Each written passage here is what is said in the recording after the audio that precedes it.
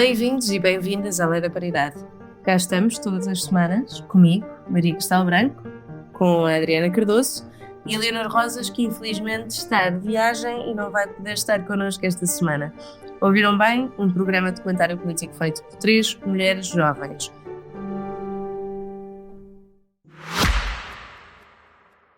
Se gosta de ouvir podcasts, conheça a oferta que o Expresso tem para si. Da política à economia, ciência e cultura, passando pelo desporto. Entrevistas marcantes, análises e perspectivas que fazem a diferença. Ouça em expresso.pt e nas principais plataformas de podcast. Expresso. Liberdade para pensar.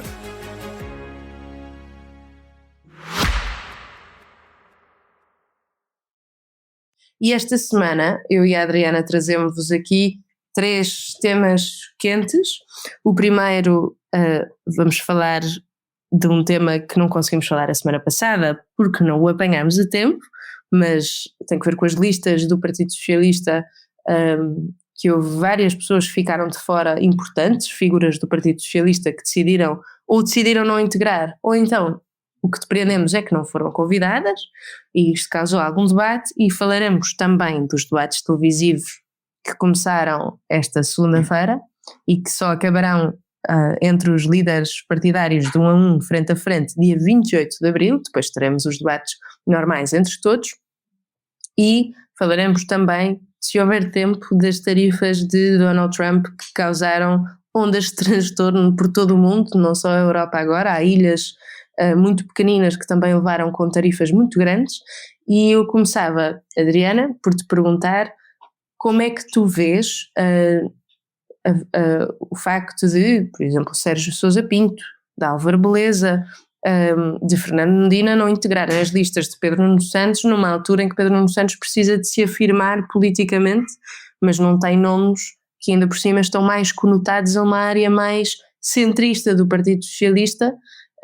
Nós ouvimos Luís Montenegro no debate com Paulo Raimundo dizer que o Partido Socialista é tipo o PCP agora, e portanto tu achas que isso pode contribuir para essa imagem de um Pedro Nuno mais geringoncista, ou achas que não tem nada a ver com questões ideológicas? Bom, Maria, acho que é uma questão pertinente, mas eu não tenho a certeza se é a imagem geringoncista que dará piorar a Pedro Nuno Santos. Acho que o ar que dá e que é muito mau para a imagem dele é que não tem mão no partido. E acho que o eleitorado, nós sabemos claramente que nestas eleições se vão votar deputados à Assembleia da República, que são eleitos pelos seus distritos, mas que representam a nação. Contudo, sabemos que existem candidatos a primeiro-ministro e Pedro Nuno Santos é candidato a primeiro-ministro contra Luís Montenegro.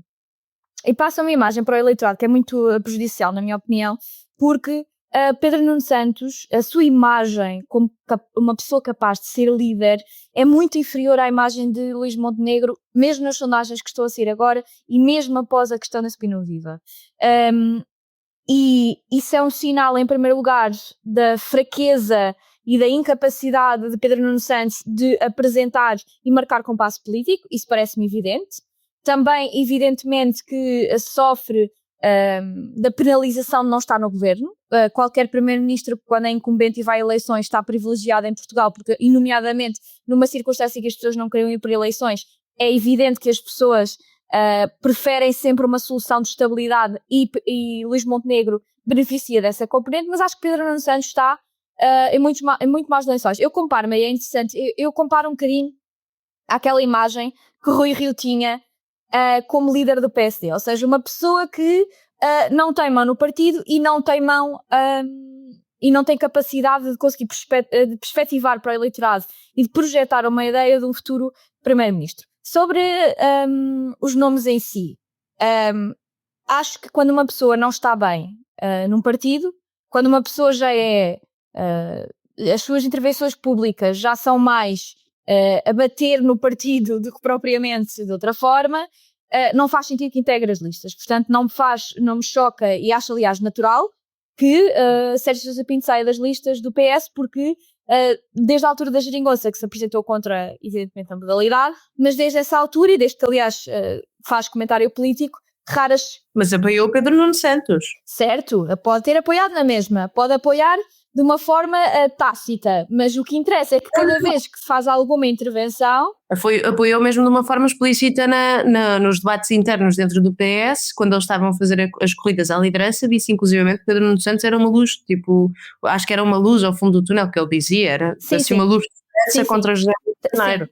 Claro que sim, eu sim, e vindo da pessoa ainda por cima que toda a gente cola e pode colar Pedro Nuno Santos à geringonça se ter formado, Sérgio José Pinto, por acaso, é uma pessoa que foi manifestamente contra a formação da geringonça. Portanto, eu não acho que seja propriamente uma marca de estar alinhado ideologicamente com Pedro Nuno Santos. Acho que fez aquilo que é o normal e esperado numa lealdade à linha partidária. Acho que neste momento não existe. E como o próprio Sérgio José Pinto disse, inclusive no programa Contigo Maria, quando uma pessoa não se sente bem num partido, em vez de estar consecutivamente estando a integrar as listas, porque uma coisa é manter-se militante do PS, como muito bem o deverá e poderá fazer, e ter uma opinião distinta. Outra coisa é integrar as listas e um programa político de Pedro Nuno Santos e não concordando com a marca ideológica e não concordando com as listas, não me parece chocante. Vou à questão da Fernando Medina porque é diferente. Acho que Fernando Medina é diferente. Acho que Fernando Medina quer se candidatar ao PS.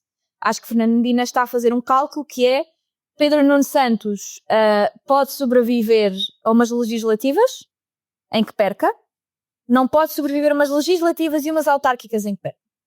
E está-se a posicionar já para, pós-autárquicas, conseguir, de alguma forma, retirar o partido a Pedro Nuno Santos. Mas vou só deixar esta nota final. É verdade que o Partido Socialista tem por hábito escolher o líder que está mais capaz ou capacitado de poder vir a ser Primeiro-Ministro. Acontece que este caso, e acho que Pedro Nuno Santos é diferente, porque, embora as federações já tenham começado a fazer algum tipo de barulho de fundo em desalinhamento, inclusive aquilo que foi a votação na moção de confiança e o país teve para eleições relativamente a Pedro Nuno Santos, eu não acho de todo que o Fernando Medina consiga regimentar uma federação para salvar a sua vida contra Pedro Nuno Santos. Acho difícil. Acho mesmo muito difícil. Portanto, já se notou, aliás, Fernando Medina fez aquela declaração de voto, como bem te lembras, quando foi a votação da moção de confiança, e, aliás, tem, por exemplo, uma posição relativamente a temas económicos muito mais desalinhada de Pedro Nuno Santos. O Fernando Medina, e até do próprio PSD, o Fernando Medina é o arquiteto dos déficits, de não déficit e de baixo investimento público e de não surtir efeito os ecos de manifestações sociais, nomeadamente de componentes profissionais como os professores, os médicos, etc. Portanto, acho que há um desalinhamento e acho que o Fernando Medina está-se a posicionar. Mas vou-te passar aqui fazendo-te uma pergunta relativamente a esta questão do Partido Socialista e das listas e do programa. Eu tenho ouvido nestes dias que o programa do Partido Socialista é um programa centrista. Tu achas que é um programa centrista? E vou já dizer, porque não tive a oportunidade, que acho de todo que não é, se tu achas que o Pedro Nuno Santos com este programa está a fazer um bazar eleitoral ou se não, se está a ter um programa que podia ser feito por António Costa. Não, isso é uma ótima questão. Eu, antes disso, se me permites só, eu concordo com o que tu estás a dizer sobre Pedro Nuno Santos parecer que está sem mão no partido. Eu acho que mais do que sem mão no partido, está sem mão na estratégia do partido, porque Pedro Nuno Santos estava a tentar construir uma alternativa para o país neste último ano, não se nota. Porque repara, e eu acho que as pessoas conseguem perceber isto olhando para as novidades sobre as listas do partido, que é importante. Nós estamos a falar mais sobre as listas do Partido Socialista porque é o principal partido da oposição, não é? E, portanto, é o principal partido que está a tentar tirar o poder das mãos do Partido Social Democrata ou da AD, ou nem sei se vai chamar a AD, porque aparentemente o Tribunal Constitucional agora está a avaliar outra vez os problemas que o PPM, o grande partido PPM, está a apresentar. Mas Pedro Nuno Santos, se nós olharmos para as novidades que ele apresentou nas listas, a única novidade positiva que ele tem é Fernando Araújo concorrer pelo Porto. E tu, Adriana, que és da área da saúde, consegues ver ainda melhor do que eu acho, do que o resto das pessoas, que Fernando Araújo é uma boa notícia, é uma boa nova para o PS, principalmente porque a área da saúde é um calcanhar daquilos dos dois principais partidos, e o PS tendo um nome forte nesta área, que é o antigo diretor executivo do SNS, que teve bons resultados, até se entrar num despique com a Ministra da Saúde, é uma boa novidade para o PS, mas para além disso não há nada. Repara. Mas não há nada, era isso que eu ia dizer. Deixa-me só dizer o seguinte, só esta frase. Fernando Araújo é muito pertinente e tens toda a razão. Agora, sinceramente, se é Fernando Araújo indo pelo Porto que vai conseguir uma expressão nacional para Pedro Nuno Santos, tenho muitas dúvidas. Não, mas é precisamente isso, é que repara, é que nós temos tido, olhando para as listas do PS, vemos que o PS tem tido dificuldade em criar figuras relevantes dentro do PS e afirmar essas pessoas durante esta legislatura. Está bem que foi um ano, mas quem são as pessoas que se afirmaram durante esta legislatura? Temos Marina Gonçalves e Alexandra Leitão. E Alexandra Leitão nem sequer vai nas listas. Leitão está fora, exatamente. Porque o PS criou esta regra, que podemos discutir se é válida ou não, mas esta regra de as pessoas que se vão candidatar às autárquicas não estão nas listas às legislativas, o que fez com que Marcos Pistrelo, por exemplo, saltasse da candidatura para Cascais, nas autárquicas, para liderar, para ser cabeça de lista na lista Santarém. Creio que é Santarém, acho que não estou a dizer nada de errado. Mas repara, depois nós olhamos para o resto das listas e se o Partido Socialista queria fazer uma oposição ao governo em peso do PSD nas listas do PSD, porque foi uma coisa que foi criticada por Pedro Nuno Santos com alguma razão, porque Luís Montenegro leva o governo em peso a votos. Isto é uma estratégia eleitoral que acho que é inteligente, pode correr muito bem, pode correr muito mal também, mas o PS tem muitos ex-ministros e muitos ex-secretários de Estado nas listas que apresenta como cabeças de listas, porque não consegue construir de facto uma alternativa a si próprio. E esse é o grande problema. Pedro Nuno Santos ainda não conseguiu afastar este fantasma do costismo. E parece-me que isto ainda se agrava mais quando nós vemos Sérgio Sousa Pinto, que é um homem livre dentro do Partido Socialista, como tu dizias, e bem, que se afasta. Álvaro Beleza, que demonstrou disponibilidade para voltar a ir nas listas e desta vez disse de fazer mesmo o mandato e ao que consta nem sequer foi convidado, isto é grave, e quando nós olhamos, por exemplo, para José Luís Carneiro, que foi muito maltratado no processo todo. José Luís Carneiro soube-se pelas notícias, não é novidade nenhuma que tentou ir pelo Porto, falou-se também de ir para Coimbra e entretanto acabou por regressar à casa natal, que é Braga, ir pelo distrito de Braga, contra a vontade de Pedro Nuno Santos, parece-nos. E portanto, as grandes figuras do PS que não estavam em total concordância com Pedro Nuno Santos, mesmo que não tenha sido isso que aconteceu, o que parece para fora é que eles foram afastados. E se nós olharmos depois para Hernani Loureiro, que é o assessor, que é o chefe de gabinete de Pedro Nuno Santos, foi posto em Braga. E para Hugo Mendes, que é um assessor de Pedro Nuno Santos, muito próximo de Pedro Nuno Santos, e aliás que o salvou naquela componente toda de João Galamba, não é? Ele é que, João Galamba e daquele avião fretado da TAP, etc, foi ele que salvou Pedro Nuno Santos. Exatamente, que deu o corpo ao manifesto. E Hugo Mendes, assessor de Pedro Nuno Santos, figura muito próxima de PNS, vai agora também nas listas por Lisboa. Isto dá um certo, eu já disse isto dá um certo cheirinho a Titanic.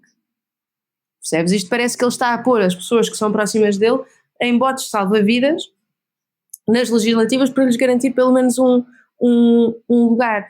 E isto cai mal dentro de um partido que tem intenções de ir para o poder. Se toda a gente dentro deste partido, isto aconteceria a mesma coisa no Partido Social Democrata, em que já estavam a preparar-se, se não fosse as eleições antecipadas por causa das questões todas, de António Costa, do caso influencer, Marcelo Rebelo de Sousa ter convocado as eleições há um ano, nós já não tínhamos Luís Montenegro provavelmente no PSD, porque o PSD já se estava a montar para expulsar o seu líder, porque entram em autofagia se pensam que o líder não os vai levar à liderança. Isto é normal e parece-me que é o que está a acontecer com Pedro Nuno Santos. E portanto, passando para a tua pergunta, que eu acho que é uma pergunta ótima, eu não sei se o PS tem de facto algum programa muito relevante, mesmo sendo centro ou não, porque repara, o programa do Partido Socialista tem uma dificuldade muito grande, que é o PSD esteve neste ano de poder a falar para o eleitorado do PS.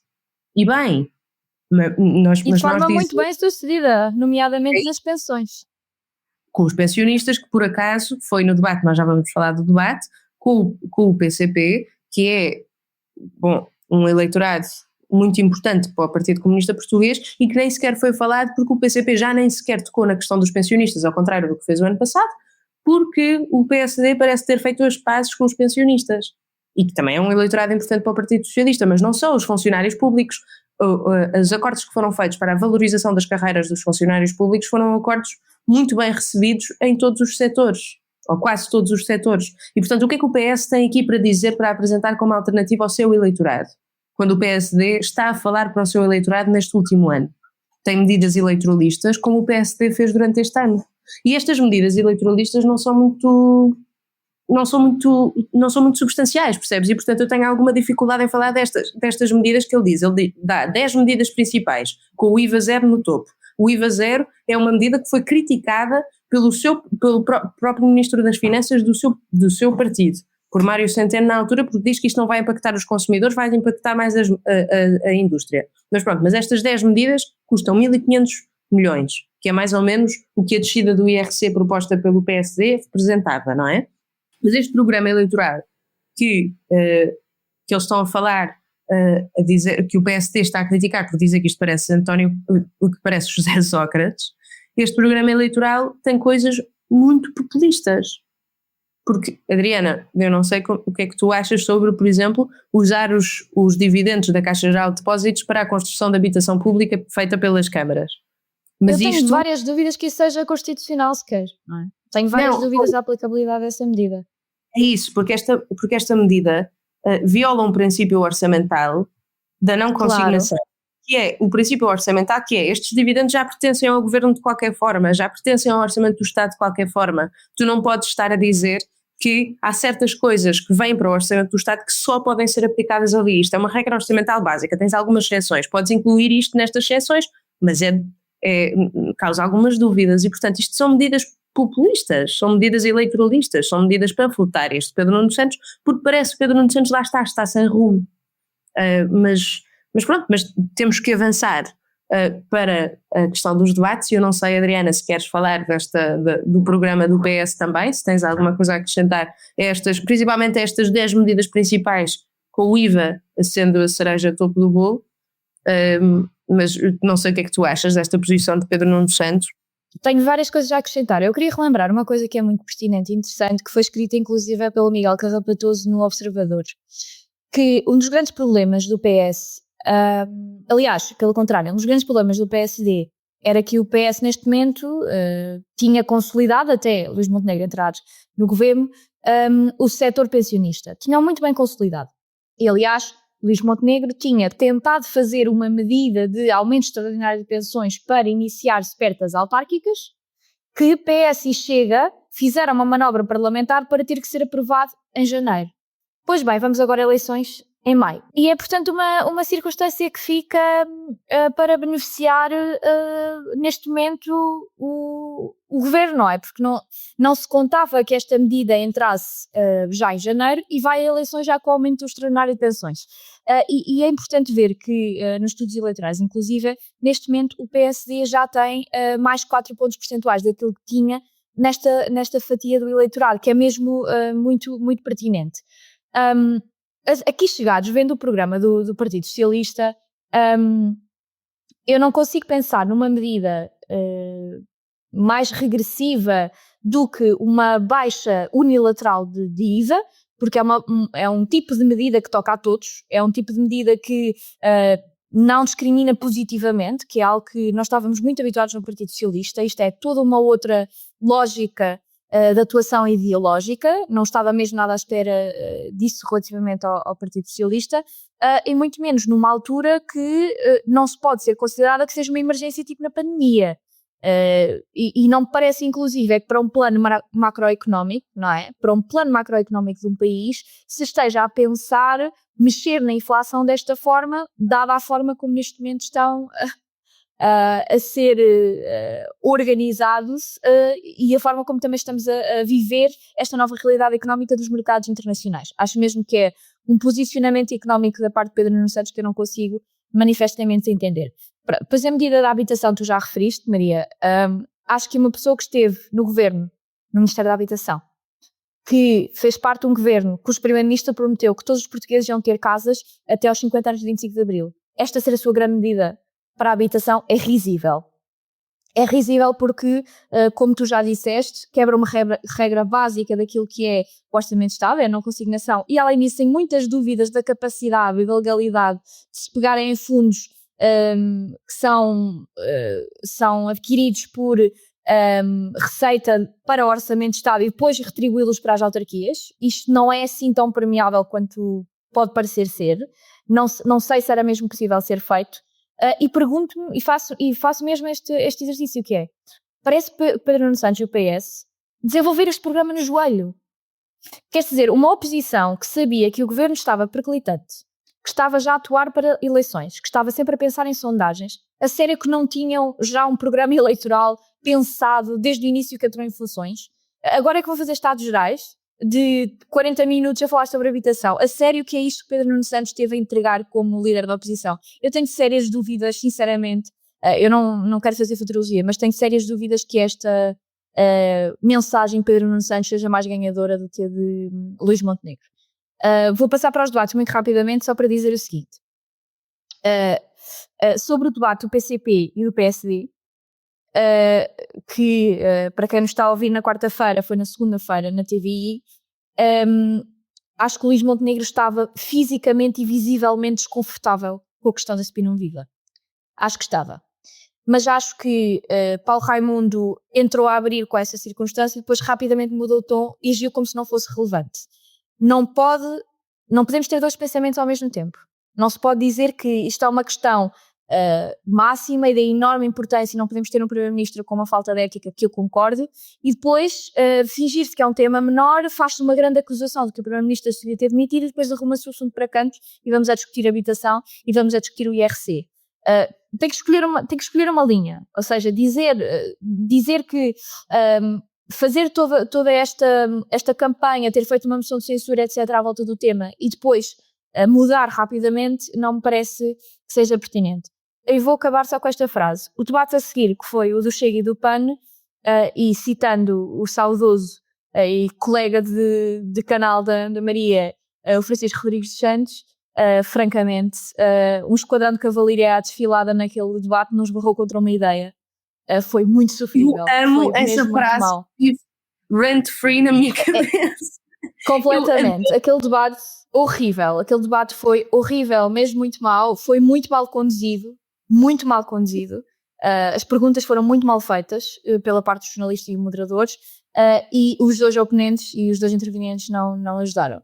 Vou passar para ti, Maria, perguntar-te, antes de passarmos depois para o nosso último tema de forma muito rápida, o que é que tu achaste dos dois debates que já podemos comentar? Sim, nós já podemos comentar, estamos a gravar numa terça-feira, vocês quando nos estiverem a ouvir já terão tido mais 2 debates que também se esperam pouco esclarecedores, porque todos estes debates na verdade vão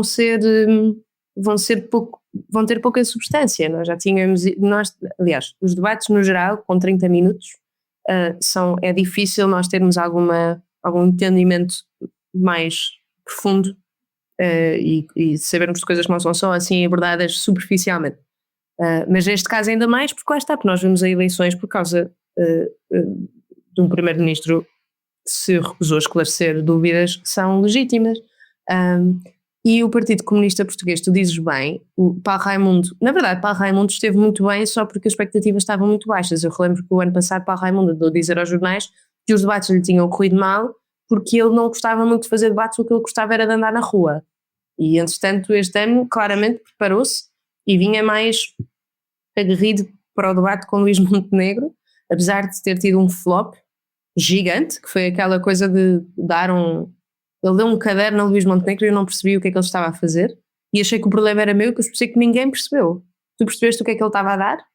Eu não consegui perceber o que é. Foi uma das coisas que eu fiquei mais impactada. Veja aí na minha página 18. Mas que página 18, senhor? Mas o que é isto?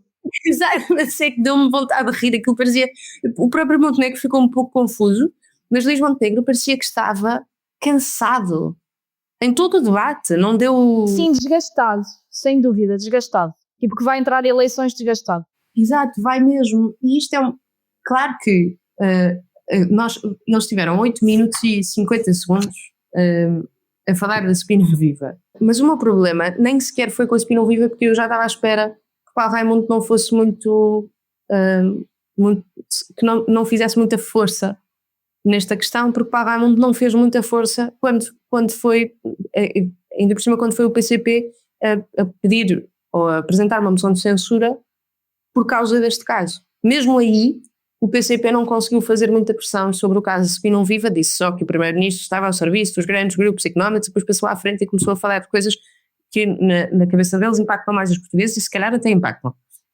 Mas terá sido por isso, acho eu, que Luís Montenegro escolheu o líder do PCP entre todos os líderes da esquerda, sem ser o PS, porque o PCP seria, obviamente, o partido que lhe ia dar menos luta nesta questão e, portanto, passou entre os pingos da chuva, que é uma tristeza, mas Paulo Raimundo não fez muita força porque preferia falar de, por exemplo, de saúde. Paulo Raimundo falou bem de saúde. Luís Montenegro estava aos papéis. Luís Montenegro é um incumbente e não consegue, e isto é chocante para mim, defender a política do governo de fazer PPPs na saúde, voltar às PPPs na saúde. Não consegue, não apresenta estudos que existem, ainda por cima.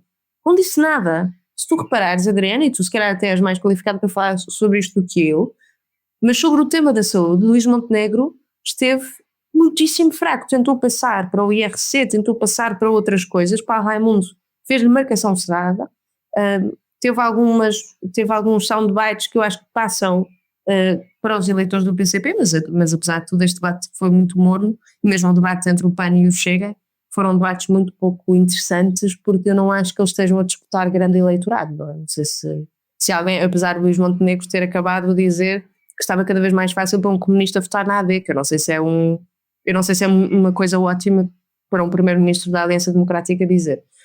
Mas, saindo da política nacional, por favor, eu gostava de perguntar, Adriana, para fecharmos o nosso programa, sobre o império preferido da nossa Eleonor, que é o Império Americano, e sobre as tarifas que Donald Trump decidiu apresentar, envolvidos 100 dias do início do seu mandato, decidiu fazer um Liberation Day e apresentar tarifas altíssimas para, espante-se, os seus aliados. Não foi contra a Rússia e a Bielorrússia, por exemplo, que passaram incólumes, foi mesmo contra os seus aliados e, portanto, eu gostava de perguntar se tu tens algumas linhas de leitura que nos possam ajudar a interpretar isto um pouco melhor, porque, repara, não foram só aliados, foram também, lá está, ilhas cujos nomes eu não consigo pronunciar, que não são grandes atores económicos e que ainda assim levaram com 30%, 25%, 20% de tarifas comerciais que vão impactar, na verdade, by the way, os consumidores internos nos Estados Unidos. Bom, eu acho que Donald Trump, eu não sou economista, nem tu, mas acho que não precisamos ser economistas para perceber que mundo global, Estados Unidos, grande importador, tarifas mal. Acho que é fácil perceber essa componente. Eu vou fazer a análise política que é mais pertinente sobre esta questão. Acho que Donald Trump está num modo de completo suicídio da sua popularidade, porque mesmo depois de tudo o que tem acontecido até agora, neste momento, a popularidade dele estava acima de 2016 e acima da popularidade que Joe Biden alguma vez teve no seu mandato. E não era só no eleitorado republicano, era na generalidade do eleitorado, porque as pessoas estavam com a convicção de que ele vai agir segundo aquilo que propôs. Esta medida, a curto espaço, pode ser uma boa medida politicamente para passar para os Rust Belt States, para passar para a antiga cintura industrial nos Estados Unidos, que foi muito perdida pela exportação e, evidentemente, toda a indústria americana ter sido exportada para outros países, mas quando os consumidores, e não só os consumidores, quando os consumidores e empresários e pequenos, médios empresários que utilizem o médio produto e não um produto acabado e percebam o quão aumentado vai ficar a sua bottom line do seu produto e o valor do seu produto para depois venderem a consumidores americanos, porque na cadeia de distribuição e na cadeia industrial americana muitas dessas componentes são importadas. Portanto, quando perceberem o rombo económico que vão ter a nível empresarial, acho que isso vai prejudicar muito, muito, mas mesmo muito Donald Trump. Ou ele vai descobrir um novo Nobel da Economia para ele próprio, e eu acho isso manifestamente impossível, ou manifestamente vai ser algo que o vai prejudicar a longo prazo no eleitorado que ele até estava relativamente bem. Portanto, ele podia fazer medidas mais soft, de baixar os impostos para indústrias americanas, tentar fazer, por exemplo, mais concessão de contratos públicos para a componente industrial americana. Nesse aspecto, devia fazer um panóplia de coisas. Acho que esta medida em si é um suicídio político completo e não vejo sinceramente a longo prazo, e quando digo a longo prazo é daqui ano e meio, 2 anos, como é que ele vai conseguir justificar esta medida. Mas perguntava-te a ti, Maria, porque tu escreveste um artigo muito pertinente no Expresso hoje sobre esta matéria, se também achas que é, ou seja, qual é que tu achas que é a visão política que o Trump está a ter neste momento? É assim, obrigada, és muito querida, mas eu tentei explicar o melhor possível, porque acho que isto está a ser falado em alguns países da Europa mesmo, e dentro dos Estados Unidos, e aqui em Portugal acho que está a demorar a chegar, porque eu acho que isto não é só uma manobra política louca, isto tem mesmo um método por trás e uma ideia muito esclarecida, embora assustadora, por trás. E outra coisa, tu dizias e bem, isto é um suicídio político. O herói Donald Trump, o McKinley, tentou isto no final do século XIX e início do século XX, tentou fazer estas tarifas e rapidamente retraiu, porque percebeu que o Partido Republicano foi hiper penalizado a seguir nas midterms e perdeu a sua representação, porque os consumidores americanos é que sofreram com as tarifas altas. Isto pode ser mesmo um suicídio político, eu concordo contigo. Mas o grande arquiteto de tudo isto chama-se Stephen Miran, que é o atual presidente do Conselho de Assessores Económicos do Trump. Este Stephen Miran é assustador. Ele tem um manual de 50 páginas que vocês, se lerem, nem precisam de ser grandes conhecedores de economia e de finanças públicas para perceberem o assustador que isto é. Chama-se A User's Guide to Restructuring the Global Trading System, e basicamente é uma forma de coerção económica, porque qual é que é o problema? Os Estados Unidos já não conseguem sustentar o sistema que os Estados Unidos criaram, porque o déficit é estrutural. Eles estão com uma dívida que roça os 123% do PIB, que é altíssima. Nós estávamos com esses níveis quando veio a troca, só para percebermos. O dólar está sobrevalorizado, e isto é um problema para a indústria americana, mas eles não o podem desvalorizar diretamente porque seria um suicídio financeiro. Não podem também cortar despesa para diminuir o déficit, porque é suicídio político. Não podem subir impostos porque suicídio político não é? E, portanto, têm que transferir o custo da hegemonia americana, associado ao dólar, para os aliados. Basicamente, a ideia das tarifas é fazer com que as tarifas sejam uma espécie de alavanca de coerção, ok? Para que os parceiros americanos, por isso é que eu falava dos aliados, contribuam para a estabilidade do sistema americano, por dever, porque este guarda-chuva de segurança, na perspectiva deles, tem que se pagar e paga-se caro.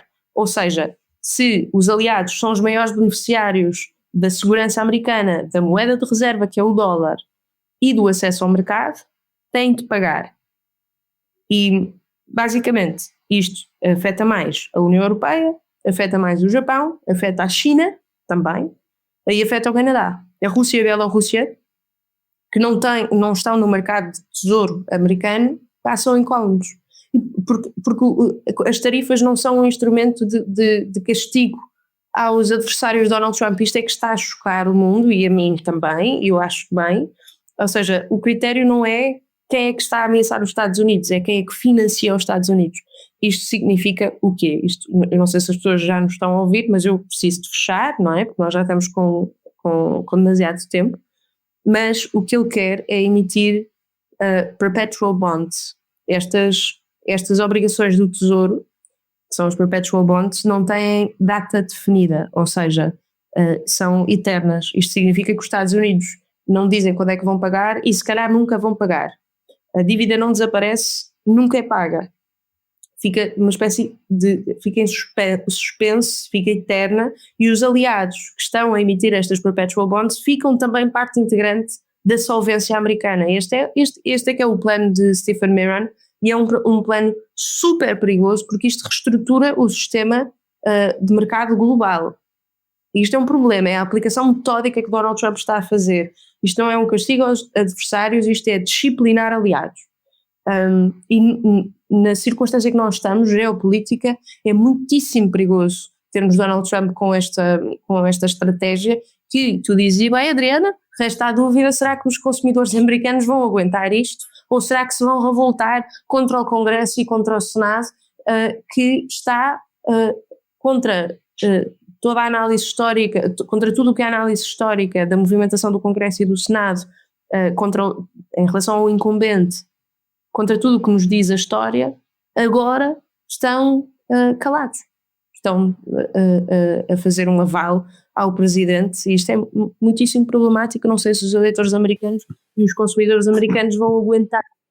Tens algumas, tens por exemplo o Rand Paul, que é um conhecido libertário, e são muito poucos, tens toda a razão. São muito poucos, e se tu tiveres, por exemplo, nós também tens agora o Elon Musk acordou e publicou na rede social dele um vídeo a falar do livre mercado, do livre cambismo, yada, isso pode dar-nos um hint sobre a sua posição sobre a matéria, porque lá está, ele faz parte da indústria americana que vai sofrer imenso com isso, como tu dizias.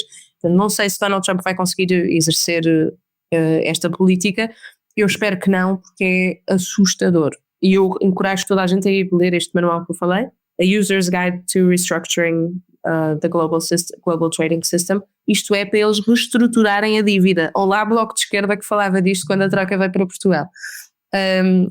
Eu espero que a Europa não aplique tit for tat, não faça uma guerra de tarifas de igual para igual. Espero que a Europa perceba que isto é a altura de se abrir aos outros mercados para quebrar um pouco a dependência que tem dos Estados Unidos.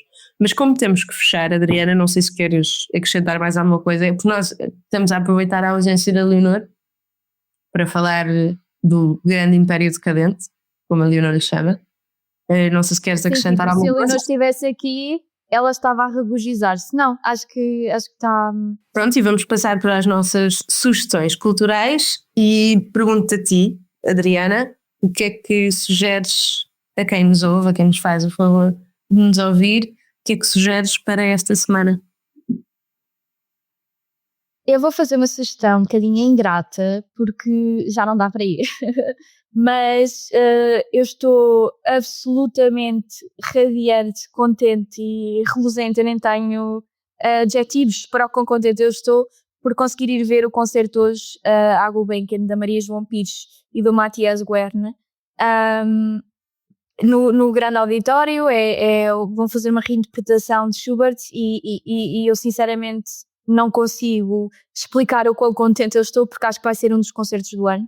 Estou mesmo muito contente por conseguir ir ver, e o que eu sugeria era, para não chegarem sempre à circunstância, como eu, de querer comprar um bilhete e estar esgotado na Gulbenkian, porque é muito difícil comprar o bilhete da época, porque faz mesmo muito sentido. Eu certamente que este ano vou comprar para a próxima temporada, porque não só os concertos estão quase sempre esgotados, mas vale mesmo muito a pena, e também para apoiar uma fundação que manifestamente merece muito. Eu vou sugerir um livro que me foi sugerido também, que é da Aline Bay, que é uma escritora brasileira contemporânea, que é muito boa, que se chama Pequena Coreografia do Adeus, e que acompanha a Júlia, que é a protagonista do livro, que está a entrar na vida adulta e que tem algumas questões familiares. Eu nunca gosto de dar spoilers, tenho sempre algum problema em explicar estas coisas, tenho mesmo medo de dar spoilers, como a Leonor, nos fazer shading à nossa Léo, que está de viagem, ela depois vinga-se. Mas a Júlia chegou à vida adulta e está a tentar perceber o que é que faz com a carga emocional que traz dos seus pais. A Aline Bay é uma escritora fabulosa, com uma sensibilidade poética fora do comum, e eu recomendo a quem nos ouve, principalmente porque acho que a nossa faixa etária de ouvintes se vai identificar, ou a faixa etária que mais nos ouve se vai identificar bastante com este livro. Eu estou a gostar muito, E chegamos ao fim de mais um Lei da Paridade, um programa de comentário político semanal. Como sempre, podem ouvir-nos nas habituais plataformas de podcast e no site do Expresso. Até à próxima semana.